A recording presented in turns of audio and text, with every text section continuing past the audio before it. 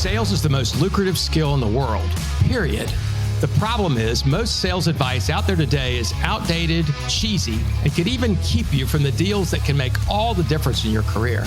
This is the No BS Sales School, a podcast for entrepreneurs and salespeople who want to master the skill of selling without all the BS.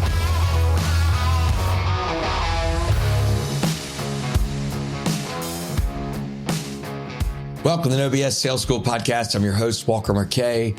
Forgive me today, I'm getting over a head cold, so sounds bad, don't feel bad. So anyway, put up with a little bit of my crustiness in my voice. I'm going to talk today about something as we go into this new year that's so important to remember. And that is something I talk about all the time.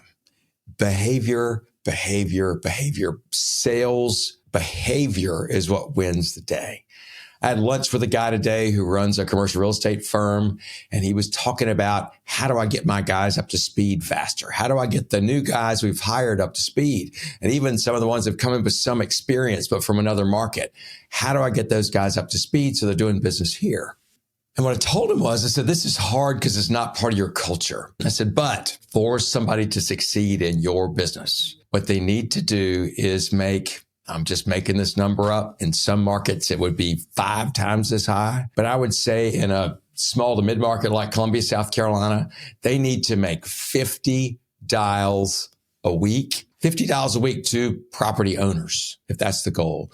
Minimum 50 dials a week, which will probably generate 15 conversations, and they should get about 3 meetings from that. And they need to do that every single week for a year.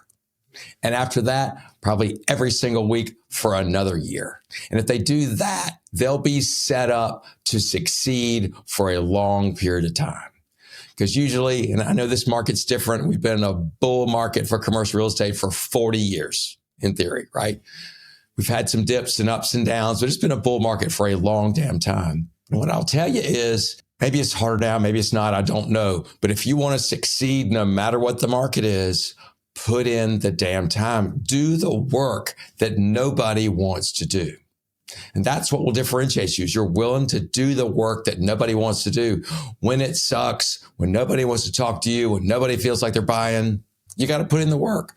Make the calls, have the meetings, go to networking events with a process, with an idea in mind, with a goal where you say, I'm going to find 2 people that I can talk to about business in the next day or 2 business days. So funny enough, I finished that call and he and I laughed. We're like, that's going to be different because guys in his firm, guys around here aren't used to doing that kind of work. They're just not.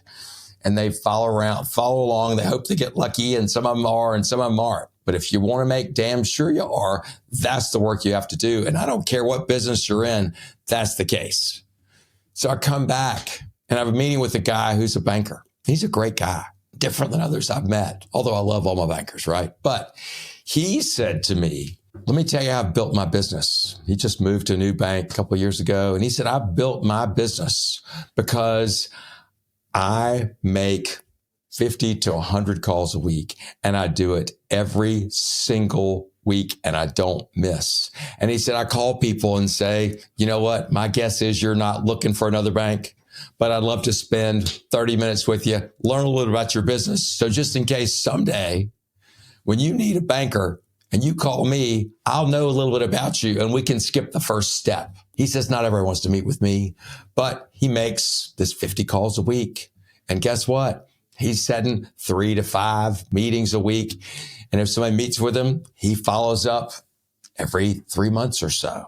Right? Even if they don't meet with him, every 3 months, they're going to hear from him on his voicemail. He explained to me, he said, I got a call from a guy about 6 months ago. I had called him probably 10 to 12 times over 2 years.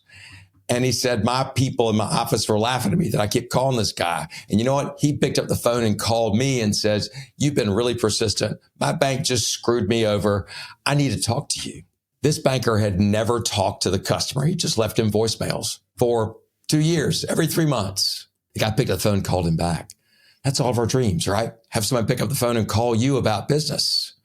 Well, that only happens if you're putting yourself out there all the time, over and over and over again. Hear and know a lot.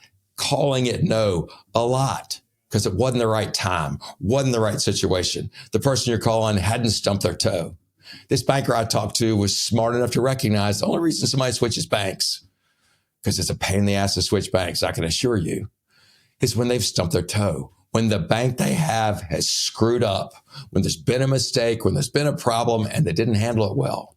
And by the way, that happens all the time. Remember these statistics. 5% of your prospects are actively looking to make a change to somebody like you, right? They're out there looking for a new person to sell to them. 20%, 25% aren't looking, but if they had a compelling reason and they trusted the person they were talking to, they would make a change. Your best opportunity is in that 25%.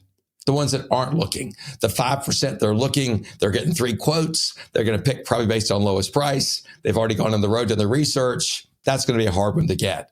You're going to make your money. You're going to become a guide for the right customers when you call it 20%, 25%, and you don't know which ones those are until you talk to them. That's what you need to do with a cadence, following up every 3 months, 6 months, whatever your industry allows.